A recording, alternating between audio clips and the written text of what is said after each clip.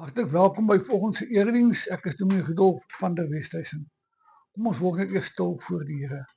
Hemelse Vader, Heer Jesus, ons gaan die woord in ons hande neem, daaroor nadink, wat U lank van tevore vir ons reeds voorgedink het. Daarom bid ek dat U ook hierdie woord volgende in ons hart sal kom oopbreek, dat ons kan hoor wat U vir ons wil sê. Gee Here dat ons ook gaan doen wat U vir ons vra in die woord. Amen. Gemeente, die Here ook vir jou volgende kom goed, en verseker van sy liefde, van sy genade en van sy barmhartigheid. Amen. Ons gaan lees vanoggend uit die woord van die Here uit Hebreërs 12 vers 1 tot 3. Hebreërs 12 vers 1 tot 3. Dit lees as volg.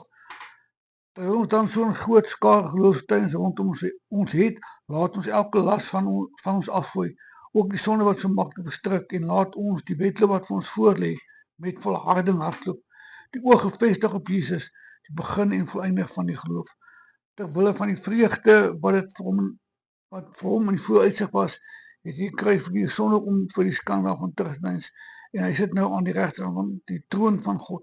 Hou hom voor oë wat so 'n vyandig optrede van die sondiges hom verdra het, dan sal jy nie geestelik moeg word en uitsak nie. Hou hom voor oë, sê die woord, dan sal ons nie geestelik moeg en uitsak en uitgeput word nie. My broer en my suster, kan jy glo, dis 2024 se laaste Sondag van die jaar. Die jaar het vir ons verby gevlieg. Het gevoel of ons gister nog Nuwejaar gevier het. En nou staan ons die einde van hierdie jaar, die laaste Sondag van die jaar. En baie van ons is al sien met groot swaar uit na 2025. Dit lê so berg voor ons. Want 2024 het reeds baie eis aan ons kom stel.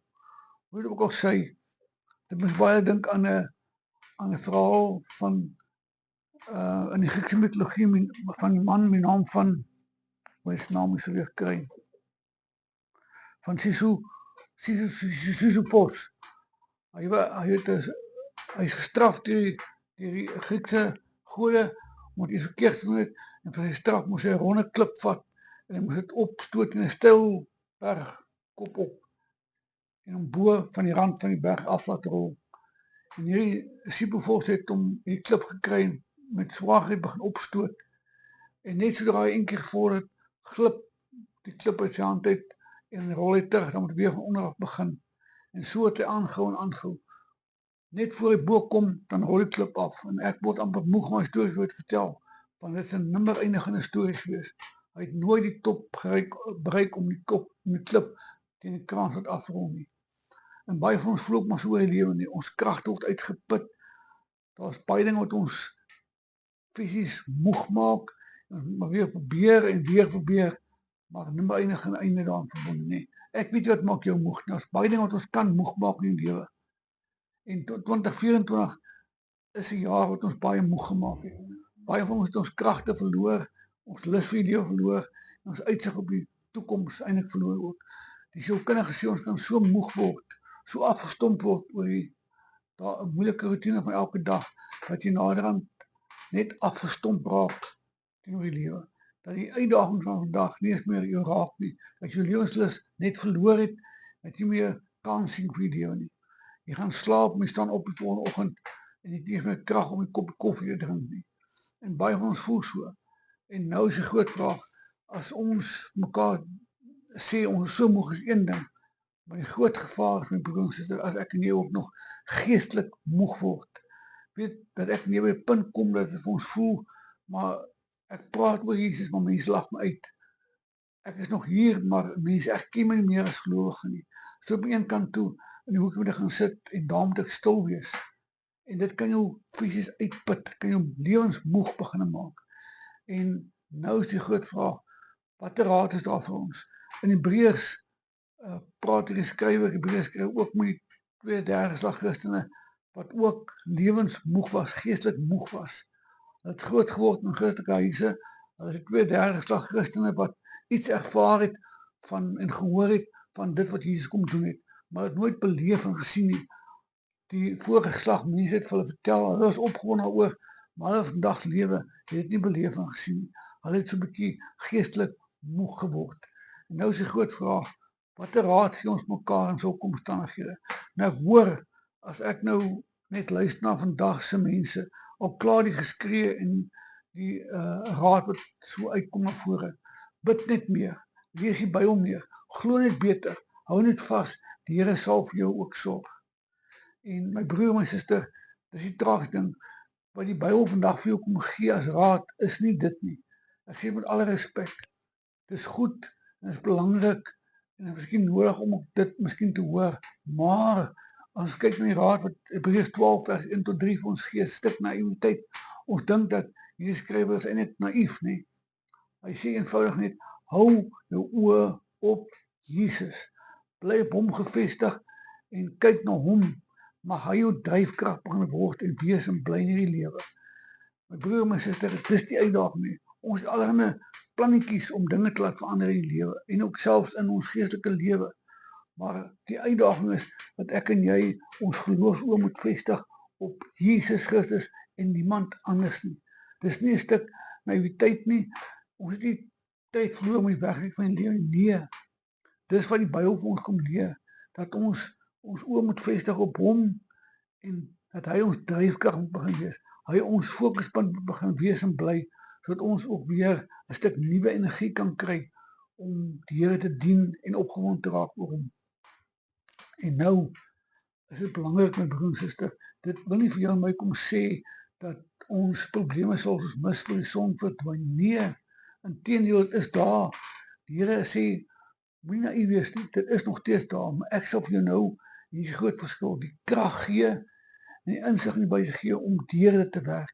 Ek sal nou vir jou hand neem, en saam met jou die pad begin loop. Jy sal nie meer struikel, en nou gelê word vir die noodlot van die lewe nie. Nee, as jy struikel en val, is ek daar om jou op te tel, en weer te dra en jou lewenskrag te gee, om eintlik voluit te hardloop.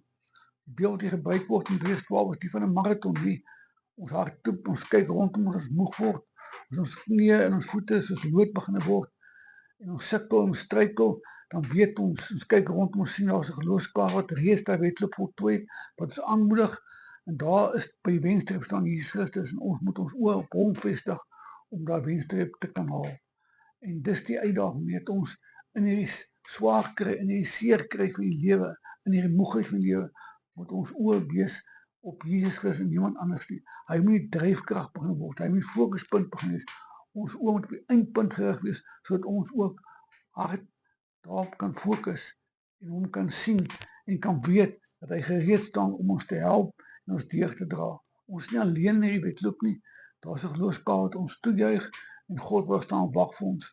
En die wonderlike ding is, hy is nie een wat in ons bly, in ons is, en daarom is hy ook een wat vir ons sal help en dra. Nou my broers, dit is nie 'n stuk naïwiteit as ek sê nie, dis die krag van geloof wat ons sal dra in die tyd. Nie ons eie plannetjies nie, nie ons eie planne nie, nie ons eie drome nie, maar ons oë wat gefestig is op Jesus, ons ore wat gespits om te hoor wat hy wil sê vir ons. Ons moet eers op ons knieë kom en hoor wat hy vir ons sê, alvorens ons lewenskrag sal kan kry om op te staan en te gaan doen wat hy vir ons vra om te doen. Mag ons ook in hierdie tyd, in hierdie nuwe jaar wat voor lê, 'n jaar wat soos 'n berg vir ons voor ons lê en wag, vir baie van ons, en ons bekommerd maak en bang maak, as jy begin eens kyk na jou eie toekoms dalk, jou eie drome, jou eie vrae oor môre, weet dan net, dat God is by jou, as jy op hom kyk, en hom fokus, dan neem hy jou in sy hand, en draai vir jou.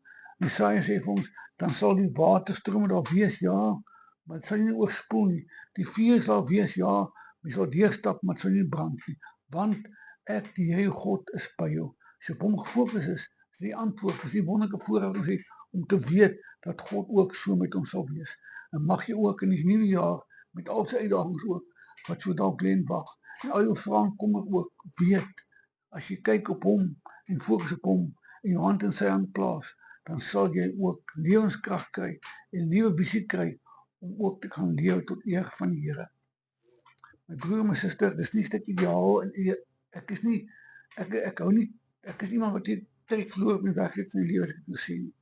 Ek is iemand wat vir jou sê, as ons oë gefestig is op hom, en op hom alleen, dan verby ons eie plannetjies, dan kyk ons wat se plan hy vir ons het, en ons gee ons lewe sorgvuldig oor om daai plan te laat verweeslik. ons gee ons oor aan hom, sodat hy met ons pad kan loop. Mag ons ook in die nuwe jaar wat voorlê, dit so beleef en ervaar.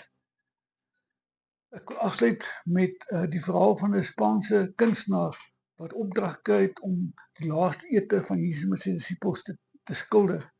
En hierdie man het weggespring en sorgvuldig het hy begin skilder Jesus in die fynste detail, het hy alle karaktertrek en alle fyn detail ingesit om Jesus dat sigbaar word by skildery. Toe besluit hy, hoor jy, is nog ander ding om die tafel te opteken, die tafel en hoe het gedek is, en dan besonder die 2 bekers wat op die tafel staan, en met sorg en fyn beplanning het hy bekers so mooi geteken, in fynste detail, alles ingeskilder. Hy klaar maak die skildery toe, en gee het oor aan die kunsgaler om te kan open. Nooi die mense uit na die opening of die onthulling van die skildery, en die dag trek hulle die doek van die skildery af, en die mense is oor die skildery, en as 'n verwondering, dan staan sy, kyk hoe mooi bekers daar is, en almal is in vervoering oor die bekers, en die detail van wat is in die bekers. Die kunstenaar waar staan, luister wat die mense reaksie, staan op 'n vat 'n kwas, en hy trek 'n streep deur daai bekers. Hy sê, dis nie die bedoeling van die skildery nie. Die bedoeling was dat ons Jesus moet raak sien. En ek hoop nou dat ek die goeie dood getrek het, dat julle Jesus kan sien. En ek dink dis ook die uitdaging vandag vir ons nie, dat ons moet afsluit van die dinge daar buite en moet fokus op Jesus en niemand anders nie. Hom in oë hou en elke dag ons knieë bly, ook 'n nuwe jaar wat voorlê, en hom gaan soek sodat hy ons kan vind in hierdie tyd van ons lewe, dat hy ons hand kan neem en kan krag gee om hierdie lewe ook te kan loop tot eer van sy naam. My vrou het ook in die laaste tyd my 'n baie ding geleer. Sy sê, jy moet jou afsluit van die geraas van hierdie lewe en begin fokus op dit wat saak maak. En ek dink dis ook ons uitdaging, dat ons van die geraas van hierdie wêreld en van die nuwe lewe en die nuwe jaar moet afsny. Ons ore moet afsluit vir die geraas van mense in ons lewens, sodat ons ook net kan fokus op dit wat Jesus ons vra om te doen. Gaan doen dit goed. En ek en jy sal verbaas wees, dat die Here ook vir ons ook sal optel, selfs in die moeras van ons lewens, en weer sal bring op die gelykpaaie in hierdie lewe. Mag ons hom so ontdek in hierdie lewe, mag ons hom so loop in die lewe, dat ons 'n nuwe pad loop tot eer van sy naam. Mag 2025 dan daarom vir jou en my die beste jare wees van ons lewens, omdat ons gefokus op hom, ons hand in sy hand geplaas het, die pad saam te loop. Hy sal nooit teleurstel nie. Hy sal optel as jy val, as jy dra, as jy moeg is. Hy sal vir jou krag en energie gee as jy voete nie meer kan nie. Mag jy ook dit beleef in 2025, en mag 2025 daarom vir jou die beste en mooiste jaar wees, so saam in die teenwoordigheid van die Here. Amen. Hemelse Vader, baie dankie vir u woord, baie dankie Here vir die raad wat u vir ons gee. Leer vir ons Here ook die raad te volg, en ja Here ook u en niemand anders in ons oor te hê as ons die nuwe jaar aanpak nie. Ons hand in u hand te plaas, sodat ons Here ook versterk word in ons geloof, sodat ons Here ook u kan loof en prys vir alles wat u vir ons gedoen het, en alles wat vir ons sal doen in 2025. Leer vir ons jou pad saam met u te loop en niemand anders nie. Leer vir ons jou om te fokus op u en weg te kyk ons eie plannetjies, sodat ons Here ook weer in gehoorsaam met u kan dien en volg met alles wat ons het. Ons bid hierdie ding in die naam van Jesus Christus, ons Here. Amen. Baie dankie dat jy ingeskakel was. 'n Wonderlike dag word toegewens. Mag van die geleentheid ook gebruik maak om vir ook as gesin, ook as lidmaat van Vereniging ook waar jy is in ander gemeenskappe dalk die beste 2025 toe te wens. Mag dit 'n besondere mooi jaar wees. Mag die Here ook vir u versterk en laat groei in die geloof in die jaar wat voorlê. Ontvang binne die seën van die Here. Die Here sal vir julle seën, hy sal vir julle behoed en bewaar. Die Here sal julle gebede verhoor en ook sy aansig oor julle skyn. Hy sal ook vir jou in hierdie 2025 sy vrede kom gee, sy vrede wat alle verstand te bowe gaan, van nou af tot aan alle ewigheid. Amen.